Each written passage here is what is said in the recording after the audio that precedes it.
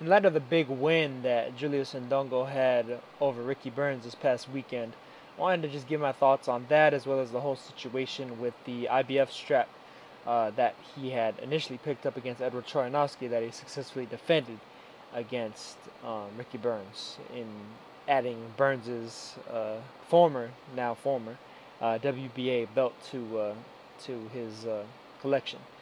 Apparently, the IBF has ordered that he needs to fight Sergey Lipinets, 12-0 with 10 knockout Sergey Lipinets, and it's looking like Indongo's going to wind up vacating his title, and Lipinets will wind up potentially fighting Maurice Hooker on the Kovalev versus Ward undercard in order to fill that vacancy. And it's really unfortunate because of the fact that, I mean, it just kind of goes to show just how difficult it is to unify in the modern age of boxing. You know, it's like you immediately get hit with this mandatory, and it's looking like, you know, Indongo's people, you know, Eddie Hearn and them, are going to be swerving it. You know, it makes a certain degree of financial sense, I guess, from their perspective, since they're looking to try and get Terrence Crawford in the ring sooner rather than later, especially considering the fact that Terrence Crawford may not necessarily be long for the 140-pound division. You know, most of the big fights that Crawford's been in talks with potentially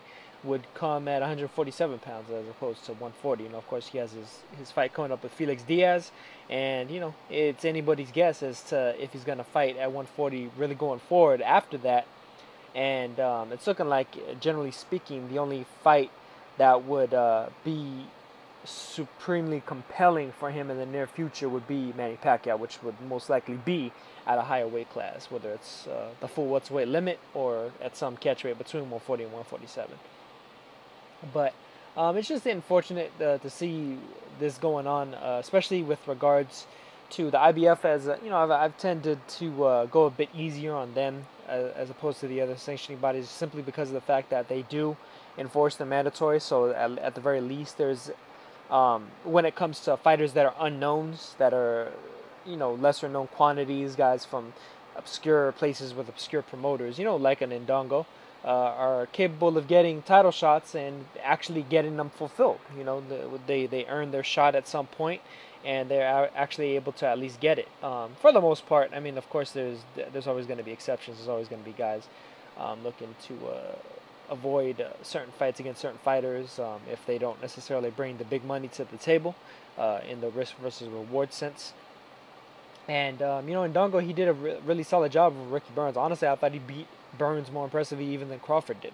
Albeit, you know, maybe it was a Burns with a bit more miles on the odometer, and just a little bit overall more wear and tear, a bit more age, possibly. I mean, that argument can definitely be made. But at the same time, just the way that he pretty much shut him out, schooled him, and outboxed him for the most part, I thought was fairly impressive. You know, he did a really solid job over Burns doing what he did. You know, I would favor him over Lipinets, and I definitely favor Lipinets over Hooker. I'm not saying that Lipinets is a bad fighter. He's actually pretty solid. I think it would be too big of a step up at this moment, though, for Lipinets to defeat somebody like an Indongo, who I really think has a fair shot at beating somebody like a Terrence Crawford. I wouldn't give Lipinets that same level of opportunity insofar as being able to potentially score an upset over him. I would give Indongo a good shot, but I still favor Crawford over just about everybody at 140, or basically everybody at 140 actually. But Indongo, really solid fighter. It's unfortunate to see that the 140-pound division will remain fractured for the foreseeable future, regardless of what necessarily goes on. But at the same time, I think, generally speaking, everybody that's truly in the know knows what's what with regards to who the best fighters are in the division. You know, it's clearly Crawford #1 and Indongo #2. You know, if Lipinets was to, of course, defeat Hooker, I mean, I don't even necessarily think that would even make him #3, considering what we saw with Hooker recently. You know, he pretty much got his ass thoroughly taxed by Darley Perez back on the first Ward versus Kovalev card, and, you know, he didn't get the decision. It was really horrendous robbery. Oh, probably one of the worst of the year, if not the worst, in 2016, which is, you know, that's a video for another day. You know, one that I've kind of already mentioned before.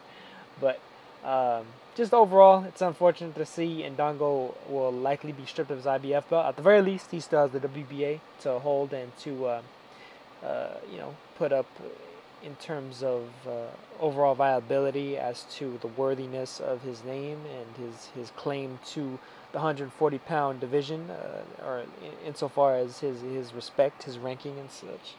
But just unfortunate happening, and it sucks that we have to see this as often as we do in the sport of boxing. But that's it for this one. I will catch you guys on the next one. Peace.